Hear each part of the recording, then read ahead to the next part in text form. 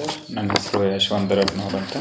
ಪ್ರಸ್ತುತ police constable ತುಮಕೂರಲ್ಲಿ ಕೆಲಸ ಮಾಡ್ತಾಯಿದ್ದೀನಿ. ನಾನು ಮಿಷನ್ ವಿಜಯ ಶಾಂತಪ್ಪ ಸರ್ ಹಾಗೂ ಶಾಂತಮಾರ್ಗ ತಂಡದ ನೇತೃತ್ವದಲ್ಲಿ ನಡೀತಕ್ಕಂಥ ಒಂದು ಪ್ರಬಂಧ ಬ್ಯಾಚ್ನ ಅಭ್ಯರ್ಥಿಯಾಗಿದ್ದು, ಇವತ್ತಿನ ಪ್ರಬಂಧ ಬಂದ್ಬಿಟ್ಟು ಪೂರ್ವದ ವಿವೇಕ ಮತ್ತು ಪಶ್ಚಿಮದ ವಿಜ್ಞಾನದ ಸಮನ್ವಯತೆ, ಇಂದಿನ ಜಾಗತಿಕ ಮಾನವೀಯತೆಯ ಅಗತ್ಯತೆ.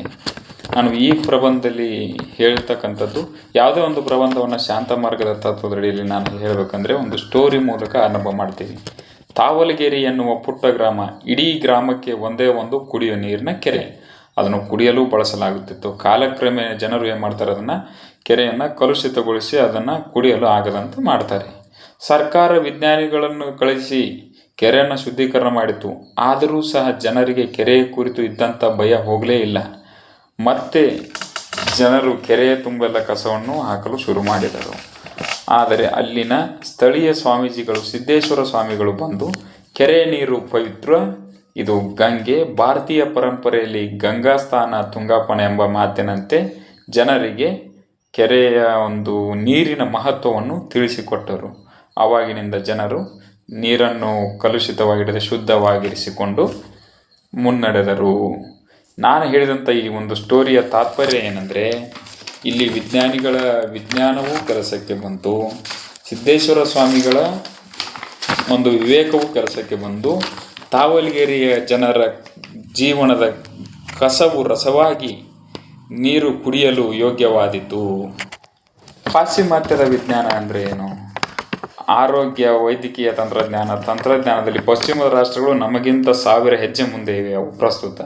ಹಾಗೆ AI ತಂತ್ರಜ್ಞಾನ ಜಗತ್ತನ್ನೇ ಮೀರಿಸುವ, ಅಳತೆಗೋಲಿಲ್ಲದಂತೆ ಜಗತ್ತನ್ನೇ ಮೀರಿಸುವ ರೀತಿಯಲ್ಲಿ ಮುಂದೆ ಸಾಗಿದೆ. ಪೂರ್ವದ ವಿವೇಕ ಅಂದರೆ ಅರ್ಥ ಏನು? ಪೂರ್ವದ ವಿವೇಕ ಅಂದರೆ ಆಚಾರಕ್ಕೆ ಅರಸನಾಗು, ನೀತಿಗೆ ಪ್ರಭುವಾಗು ಎಂಬಂತೆ ಕೆರೆಯಂ ಕಟ್ಟಿಸು, ದೇವಗಾರಂ ಮಾಡಿಸು ಎನ್ನುವ ನಮ್ಮ ಹಿರಿಯರ ಮಾತಿನಂತೆ ವಿವೇಕದಿಂದ ಕೂಡಿದೆ ಇದು. ಕೆರೆಯನ್ನು ಕಟ್ಟಿಸಿ ನಾವು ಕುಡಿಯುವ ನೀರನ್ನು ಧರ್ಮದ ಕೆಲಸಕ್ಕೆ ಮಾಡಬೇಕು. ಬಳಕೆಗೆ ಯೋಗ್ಯ ಆಗ್ತದೆ ಕುಡಿಯುವ ನೀರಿನಿಂದ ಮಾಡೋದ್ರಿಂದ.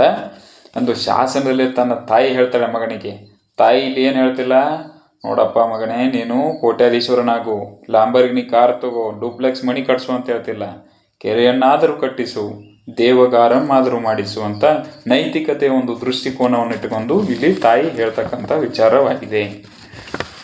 ಪ್ರಸ್ತುತ ಸಮಸ್ಯೆ ಆದರೂ ಎಲ್ಲಿ? ನೈತಿಕತೆ ಇಲ್ಲದ ಶಿಕ್ಷಣ ದೇಹವಿಲ್ಲದ ಆತ್ಮವಿದ್ದಂತೆ. ನೈತಿಕತೆ ಇಲ್ಲದ ಶಿಕ್ಷಣ ದೇಹವಿಲ್ಲದ ಆತ್ಮವಿದ್ದಂತೆ. ಹಾಗೆ ಶಿಕ್ಷಣದಲ್ಲಿ ನೈತಿಕತೆ ಮಂಗಮಯವಾಗಿದೆ, ಮರೆಮಾಚಿಕೆಯಾಗಿದೆ. ಅದು ಬಿಸಿಲು ಕುದುರೆ ಥರ, ಹಿಡಿಯಲಿಕ್ಕೆ ಆಗದ ಥರ, ಬಿಸಿಲು ಕುದುರೆ ಥರ ನೈತಿಕತೆ ಇಲ್ಲದ ಶಿಕ್ಷಣ ಇವತ್ತಿಂದಾಗಿದೆ. ನಮ್ಮ ಬಾಳನ್ನು ಸುಗಮಗೊಳಿಸಲು ಬಂದಂತಹ ಡಿಜಿಟಲ್ ತಂತ್ರಜ್ಞಾನ ಇಂದು ಡಿಜಿಟಲ್ ಖದೀಮರ ಕೈ ಸೇರಿಬಿಟ್ಟು ನಮ್ಮನ್ನೇ ಆಟವಾಡಿಸುತ್ತಿದೆ. ಅಮಾಯಕ ಜನರನ್ನು ಡಿಜಿಟಲ್ ಅರೆಸ್ಟ್, ಡೀಪೇಕ್ಗೆ ಒಳಗಾಗಿ ದೇಶವನ್ನು ರಕ್ಷಿಸಬೇಕಾದಂಥ ಬಂದೂಕುಗಳು ಭಯೋತ್ಪಾದಕರ ಕೈ ಸೇರಿಬಿಟ್ಟು ಅಮಾಯಕರ ಜನರನ್ನು ಬಲಿ ತೆಗೆದುಕೊಳ್ತಾ ಇದ್ದಾವೆ. ನೈತಿಕ ಶಿಕ್ಷಣ ಅಂತ ಬಂದಾಗ ನಾವು ಈ ಪಾಶ್ಚಿಮಾತ್ಯದಲ್ಲಿ ಬ್ರಿಟನ್ನವರ ಅವಧಿಯಲ್ಲಿ ಮೆಕಾಲೆ ವರದಿಯನ್ನು ಎಕ್ಸಾಂಪಲ್ ಆಗಿ ಕೊಡ್ಬೋದು. ನೈತಿಕ ಶಿಕ್ಷಣ ಅಂತ ಬಂದಾಗ ಪ್ರಸ್ತುತ ನಮ್ಮ ಹಿರಿಯರ ಕಾಲದಲ್ಲಿದ್ದಂಥ ಗುರುಕುಲ ವ್ಯವಸ್ಥೆಯನ್ನು ನಾವು ಉದಾಹರಣೆಯನ್ನಾಗಿ ತೆಗೆದುಕೊಳ್ಳಬಹುದು. ಹಾಗೆಯೇ ಈಗಿನ ನೈತಿಕತೆ ಶಿಕ್ಷಣ ಎಲ್ಲ ಯಾವುದಾದ್ರೂ ಒಂದು ಸ್ಕೂಲು ಕಾಲೇಜಿನಲ್ಲಿ ನಾವೇ ಸ್ವತಃ ಅಂದರೆ ವಿದ್ಯಾರ್ಥಿಗಳೇ ಸ್ವತಃ ಬಳಕೆ ಮಾಡುತ್ತಿದ್ದಂಥ ಒಂದು ಶಾಲಾ ಆವರಣವನ್ನು ಕ್ಲೀನ್ ಮಾಡುವುದನ್ನು, ಯಾವುದೋ ದೃಶ್ಯಗಳನ್ನು, ಚಿತ್ರಗಳನ್ನಾಗಲಿ ಪ್ರೆಸ್ನವರು, ಮಾಧ್ಯಮ ಮಿತ್ರರು, ಹಾಗೆ ಇನ್ಯಾರು ಅದನ್ನು ಫೋಟೋ ಹೊಡೆದ್ಬಿಟ್ಟು ಹಾಕಿ ಇದು ನೈತಿಕತೆಯನ್ನು ಬೀದಿ ಪಾಲಾಗುವಂತೆ ಮಾಡುತ್ತಾ ಇದ್ದಾರೆ ಈಗಿನ ಒಂದು ಸಮಾಜ ದೃಷ್ಟಿಕೋನದಲ್ಲಿ. ಟೆಕ್ನಾಲಜಿ ಆಲ್ವೇಸ್ ನ್ಯೂಟ್ರಿಯನ್ ಅಂತ ಒಂದು ಮಾತಿದೆ, ಅದನ್ನು ನಾವು ಇಲ್ಲಿ ನೆನೆಯಬೇಕಾದಂಥದ್ದು.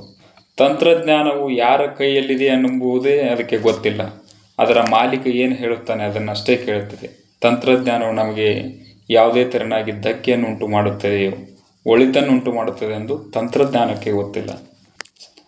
ತಂತ್ರಜ್ಞಾನ ಹೇಳುತ್ತದೆ, ಅದು ತಂತ್ರಜ್ಞಾನ ನಮ್ಮ ಹತ್ರ. ಈಗ ಫಾರ್ ಎಕ್ಸಾಂಪಲ್ ಯಾವುದೋ ಒಂದು ಬೈಕು, ಕಾರನ್ನ ತಗೊಂಡಾಗ ಅದು ತಂತ್ರಜ್ಞಾನದಿಂದ ರೆಡಿ ಆದಂಥದ್ದು. ಬೈಕು 120 ಸ್ಪೀಡ್ ಅಂತ ಹೋಗೋದು ನಮ್ಮ ಕೈಯಲ್ಲಿದೆ. ಆದರೆ ತಂತ್ರಜ್ಞಾನ ಕೊಟ್ಟಿದ್ದು ನಮಗೆ ಬೈಕನ್ನು, ನಾವು 120, 140 ಸ್ಪೀಡ್ ಹೋಗೋದು ಅದು ನಮ್ಮ ವಿಪರ್ಯಾಸ. ಅಮೇರಿಕಾದ ಬಾಂಬ್ಗೆ ಒಳ್ಳೆಯದು ಕೆಟ್ಟದು ಅಂತ ಗೊತ್ತಿಲ್ಲ. ಆದರೆ ಬಳಕೆ ಮಾಡುವವರಿಗೆ ನೈತಿಕ ದೃಷ್ಟಿ ಇರಬೇಕು, ಅವರಿಗೆ ತಿಳಿದಿರಬೇಕು ಇದು ಬಾಂಬು ನಾವು ಒಳ್ಳೆಯದಕ್ಕೆ ಯೂಸ್ ಮಾಡ್ತಿದ್ವು, ಕೆಟ್ಟದಕ್ಕೆ ಯೂಸ್ ಮಾಡ್ತಿದ್ವು ಅಂತ. ಆದರೆ ಅದು ಅವರಿಗೆ ತಿಳಿದಿಲ್ಲ ಎನ್ನುವುದು ಈ ಕಾಲದ ವ್ಯಂಗ್ಯ ಮತ್ತು ವಿಪರ್ಯಾಸವೇ ಸರಿ. ಆದ್ದರಿಂದ ಮೊನ್ನೆ ನಡೆದಂಥ ಯುದ್ಧದಲ್ಲಿ ಅಮೇರಿಕಾದ ಬಾಂಬ್ 160 ಶಾಲಾ ಮಕ್ಕಳನ್ನು ಬಲಿ ತೆಗೆದುಕೊಂಡಂಥದ್ದು ಮುಗ್ಧ ಮನಸ್ಸುಗಳು ಅರಳುವ ಮುನ್ನವೇ ಸ್ಮಶಾನದಲ್ಲಿ ಮೌನವಾಗಿ ಮಲಗಿದ್ದವು ಎಂದು ನಮ್ಮ ಕರಳನ್ನು ನಾವು ಈಚಿಕೊಂಡಂಗಾಗತ್ತೆ. ಇದಕ್ಕೆ ಕಾರಣಗಳಾದರೂ ಏನು? ಪಶ್ಚಿಮದ ಭೌತಿಕವಾದ ಅಂತೀವಿ ನಾವು. ಪಶ್ಚಿಮದ ರಾಷ್ಟ್ರಗಳು ಮೂಲಭೂತವಾಗಿ ಭೌತಿಕವಾದವನ್ನೇ ಒಪ್ಪಿಕೊಂಡು ಬಂದಿವೆ.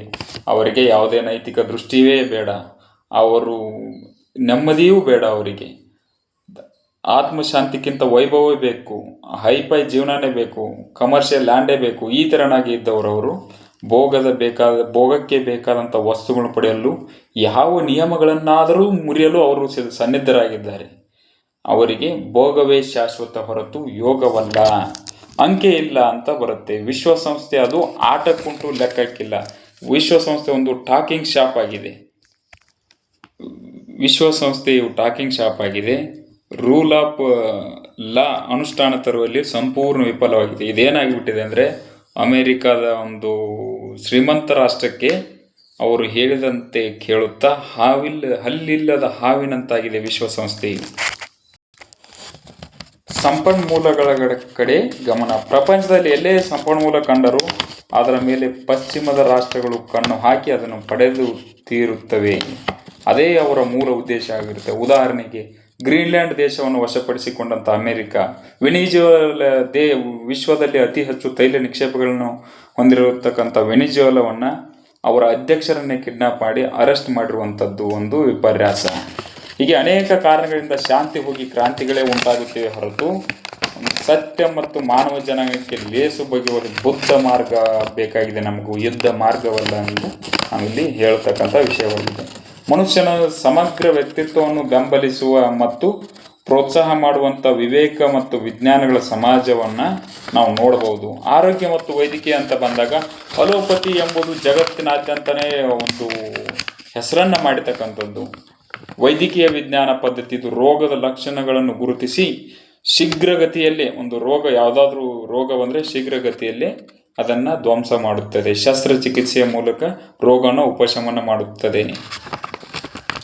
ಇದು ಪಾಶ್ಚಿಮಾತ್ಯದ ವಿಜ್ಞಾನವಾಗಿದೆ. ಆದರೆ ನಮ್ಮ ಭಾರತೀಯದಲ್ಲಿ ಆಯುರ್ವೇದ ಮತ್ತು ಯೋಗ ಪದ್ಧತಿಗಳು ಇದರೊಂದಿಗೆ ಸೇರಿಕೊಂಡರೆ ಮನುಷ್ಯನ ಆರೋಗ್ಯವು ಸಂಪೂರ್ಣವಾಗಿ ಸ್ವಾಸ್ಥ್ಯದತ್ತ, ಅಂದರೆ ಪರಿಪೂರ್ಣವಾಗಿ ಸ್ವಾಸ್ಥ್ಯದತ್ತ ಹೊರಳುತ್ತದೆ. ಅದಕ್ಕೆ ಒಂದು ಇಂಗ್ಲೀಷ್ನಲ್ಲಿ ವಾಕ್ಯ ಇದೆ, prevention is better then cure ಅಂತ. ಪರಿಸರ ಸಂರಕ್ಷಣೆ ಮತ್ತು ಹವಾಮಾನ ಬದಲಾವಣೆ. ಲಾಭ ನನಗೆ, ನಷ್ಟ ಅವರಿಗೆ ಇರಲಿ ಅನ್ನುವ ಧೋರಣೆಯಿಂದ ಪಶ್ಚಿಮದ ರಾಷ್ಟ್ರಗಳು ಹೊರಬರಬೇಕಾಗಿದೆ. ಎತ್ತಿಗೆ ಜ್ವರ ಬಂದರೆ ಎಮ್ಮೆಗೆ ಬರೆ ಎಳೆದಂತೆ ಹಾಗೆ ಹವಾಮಾನ ಬದಲಾವಣೆ ಕಂಡು ಬರ್ತಿದೆ. ಲಾಭ ತಿನ್ನೋರು ಮಾತ್ರ ಪಾಶ್ಚಿಮಾತ್ಯರು, ಆದರೆ ಮುಳುಗುತ್ತಿರುವುದು ಲಾಭ ತಿನ್ನದ ನಮ್ಮಂತಹ, ಅಂದರೆ ಭಾರತದಂಥ ಹಲವಾರು ಬೇರೆ ಪೂರ್ವದ ವಿವೇಕ ಹೊಂದಿರುವ ರಾಷ್ಟ್ರಗಳು ಪ್ರತಿಪಾದನೆ ಮಾಡುವ ಈ ನಮ್ಮ ಭಾರತ ರಾಷ್ಟ್ರ ಅದಕ್ಕಾಗಿ ಏನು ಪ್ರತಿಪಾದನೆ ಮಾಡ್ತದೆ ಅಂದರೆ, ಕಾಮನ್ ಬಟ್ ಡಿಫ್ರೆನ್ಸಿಯೇಟೆಡ್ ರೆಸ್ಪಾನ್ಸಿಬಿಲಿಟಿ ಇಂದಿನ ಅವಶ್ಯಕತೆಯಾಗಿದೆ. ಇದಕ್ಕೆ ಪರಿಹಾರ ಉಪಾಯಗಳಾದರೂ ಏನು? ಏನಾದರೂ ಆಗುವ ಮೊದಲು ನೀನು ಮಾನವನಾಗು ಎಂಬ ಕುವೆಂಪು ಅವರ ಮಾತಿನಂತೆ ನಮಗೆ ಯುದ್ಧ ತೊಲಗಬೇಕಿದೆ, ಜಗತ್ತಿನಲ್ಲಿ ಶಾಂತಿ ಮೂಡಬೇಕಿದೆ. ಜಗತ್ತಿನಲ್ಲಿ ಪ್ರಸ್ತುತದಲ್ಲಿ ಮಹಿಳೆಯನ್ನು ಕೇವಲ ಒಂದು ವಸ್ತುವಾಗಿ ಉಪಯೋಗ ಮಾಡುವ ಅಂಶಕ್ಕೆ ಕಡಿವಾಣ ಬೇಕಿದೆ.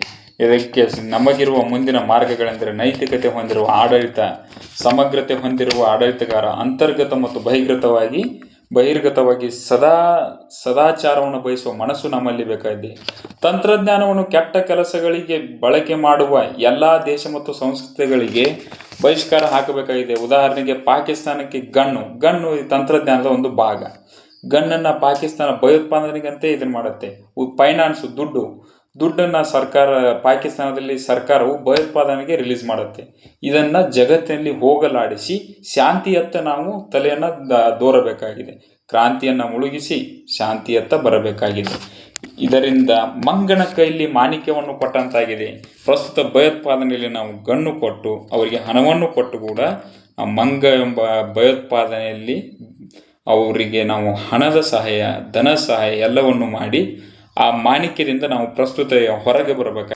ಮಾಧ್ಯಮಗಳು ಪೇಡ್ ನ್ಯೂಸ್ ಕೊಡುವ ಬದಲಿ ಜನರ ನೈತಿಕ ದೃಷ್ಟಿಯನ್ನು ವಿಚಾರಧಾರೆಯನ್ನಾಗಿಟ್ಟುಕೊಂಡು, ಉದಾಹರಣೆಗೆ ನ್ಯೂಯಾರ್ಕ್ ಒಂದು ಟೈಮ್ಸ್ ಅಂತ ಒಂದು ನ್ಯೂಸ್ ಪೇಪರು, ಬೇರೆ ಬೇರೆ ಪಾಶ್ಚಿಮಾತ್ಯದ ನ್ಯೂಸ್ ಪೇಪರ್ ಚಾನಲ್ಗಳು ಜನರ ನೈತಿಕ ದೃಷ್ಟಿಯಿಂದ ತಾವು ಪೇಡ್ ನ್ಯೂಸ್ ಆಗದೆ ಜನರ ನೈತಿಕ ದೃಷ್ಟಿಯಿಂದ ಸಮಾಜದ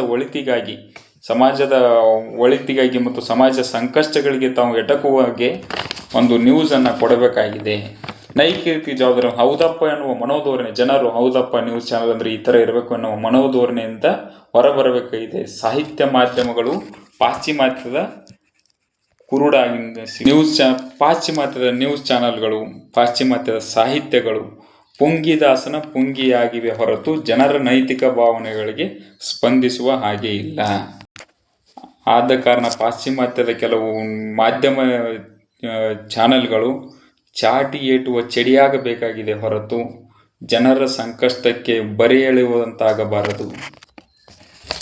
ಒಟ್ಟಿನಲ್ಲಿ ವಿಶ್ವಸಂಸ್ಥೆ ನಿಗದಿಪಡಿಸಿರ್ತಕ್ಕಂಥ ಸುಸ್ಥಿರ ಅಭಿವೃದ್ಧಿ ಗುರಿಗಳು ಅಂತ 2030 ವೇಳೆಗೆ ನಾವು ಏನು ತಲುಪಬೇಕು ಅಂದ್ಕೊಂಡಿದ್ದೀವಿ, ವಿಜ್ಞಾನ ಮತ್ತು ವಿವೇಕ ಬೇಕಿದೆ. ಅದರ ಜೊತೆಗೆ ಪೂರ್ವದ ಹಳೆಯ ಬೇರು, ಪಶ್ಚಿಮದ ಹೊಸ ಚಿಗುರು, ಆಗ ನೋಡು ಮರು ಸೊಬಗು ಎಂಬಂತೆ ಬೆಂಕಿ ಉಗುಳು ಅಣುಬಾಂಬ್ ಬೇಕಾಗಿಲ್ಲ, ನಮಗೆ ಬೆಳಕನ್ನು ನೀಡುವಂಥ ಅಣುಸ್ಥಾವರಗಳು ಬೇಕಾಗಿವೆ. ಕತ್ತಲಿನ ಲೋಕದಲ್ಲಿ ಕಾಲು ಕಳೆಯುತ್ತಿರುವ ಮಾನವನನ್ನು ಬೆಳಕಿನ ಲೋಕಕ್ಕೆ ತರಬೇಕಿದೆ. ಮೇಲಿನ ಉದಾತ್ತ ಚಿಂತನೆಗಳನ್ನು ಅನುಷ್ಠಾನ ತರಬೇಕೆಂದರೆ ನಮಗೆ ಬೇಕಾಗಿರೋದು ಪೂರ್ಣ ದೃಷ್ಟಿ, ಸರ್ವೋದಯ, ಸಮನ್ವಯತೆ, ವಿಕಾಸ.